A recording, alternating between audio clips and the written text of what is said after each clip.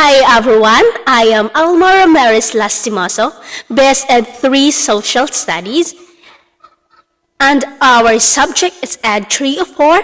My assigned topic is Education 4.0, Responding to the Demands of Society.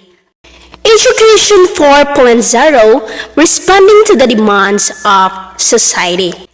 In such a hyper-connected, disruptive world, education has no option but to adapt to these changes in industry which are brought by disruptive technologies. The solution is an implementation of Education 4.0. What is Education 4.0? Education 4.0 is a purposeful approach to learning that lines up with the Fourth Industrial Revolution and about transforming the future of education using advanced technology and automation. Creativity. Creativity is the foundation of Education 4.0. It emphasizes the need to prepare students to take on challenges head-on.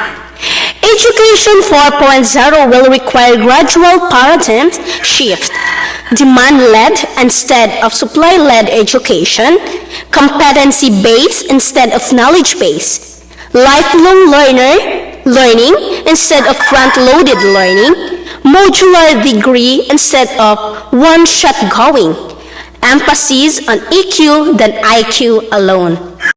The basic purpose of education and training is to empower an individual lead a successful life and contribute for best him, family, society, and nation, and to humanity. Therefore, training is the most effective tool to achieve this outcome. Since youth are the main asset of any nation, education becomes the most powerful tool for social transformation. Education 4.0, the future of learning will be dramatically different in school and throughout life. Global connectivity, smart machines, and new media are just some of the drivers reshaping how we think about work, what constitutes work, and how we learn and develop the skills to work in the future. The concept of a 100-year life becoming the norm and the majority of the spent studying and working means the learning will be a lot more important and different for next generations. Most people will have at least a different careers requiring fundamental re-educating, while the relentless speed of innovation will constantly demand raw skills and knowledge to keep pace, let alone an age. A vision for the future of education, from schools to lifelong learning, how it will evolve, the driver's inspiration, and what will matter most. Educationalists debate the many ways in which the content of education at all levels and the process of learning will lead to change over the years ahead. Disruptive innovation Garo Clay Christensen, for example, points to the dramatic unbundling of education from its current forms so that it can be personalized, repackaging, peer-to-peer, and continuous, whether it is in classroom or workplace, online or offline, structured or unstructured, taught or learned, standardized or not, certificated or not, then learning is likely to break free from the mindset in the coming years. Education 4.0 is a desired approach to learning that aligns itself with emerging this industrial revolution focuses on smart technology, artificial intelligence, and robotics, all of which now impact our everyday lives. For universities to continue to produce successful graduates, they must prepare their students for a world where these cyber-physical systems are prevalent across all industries. This means teaching students about this technology as part of the curriculum, changing the approach to learning altogether, and utilizing this technology to better improve the university experience. So now, let's move on to another topic. It's all about the nature of administrative work. Number 1, trait approach to leadership. All leadership have profoundly influenced the course of human events. Careful statistic study of them began early centuries ago. Early studies focus on the traits or personal characteristics of leaders. Leader Research 52 examine actual leaders' behavior. Let's take a look at these trait approaches to leadership. Early researchers believed that leaders such as these had some unique of qualities or traits that distinguish them from their peers. Moreover, these traits are pursued to be relatively stable and enduring.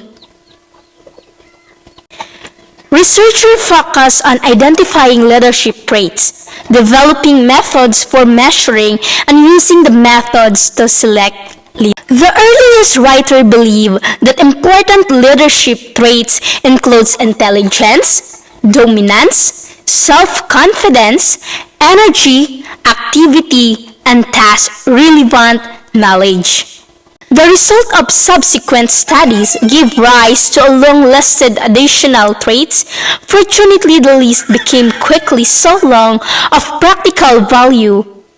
In addition, the result of many studies where approaches seen in recent years. However, the trait studies give rise to a long list of traits, so long that it lost any semblance of value. The result of many studies were inconsistent. Renewed interest in traits of emotional intelligence, drive, motivation, honesty, and integrity, self-confidence, and cognitive ability. So now, let's move on to solution and leadership. Leadership thinker Brian Tracy makes the following comment about leaders and followers. He said, "Leaders think and talk about the solutions. Followers think and talk about the problems." This quote reminds us that leadership effectiveness is not just about the skill and capacity, it's also about a leader's focus. Although leaders must face problems, effective leaders take this insight on the problem, face, and then work to shift attention towards reflection on relevant solutions. Importance of leaders focusing on solutions. In acknowledging the problem-based focus of followers, the leadership challenge is to turn their attention to potential solutions. Establishing an outlet for organizational members to provide feedback on problems is rarely necessary in contemporary organizational leadership. Problem and barrier identification came naturally.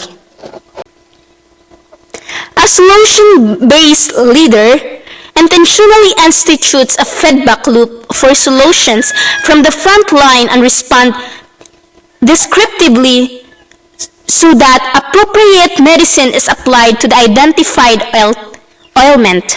If problem and barrier identification come naturally, then a core leadership responsibility is to take these insights and more the organization to the next step of making solution identification of equal importance for the collective thinking and discussions in the organizational community. Solution-based leadership is about raising the focus sites and inspiration of the community toward a positive vision of the future. This happens most effectively as the collective energy of the community leaders and followers alike given their time and attention toward solution identification and implementation. For example, the question is, where is your focus as a leader? Are you spending your time thinking more about problems or solutions?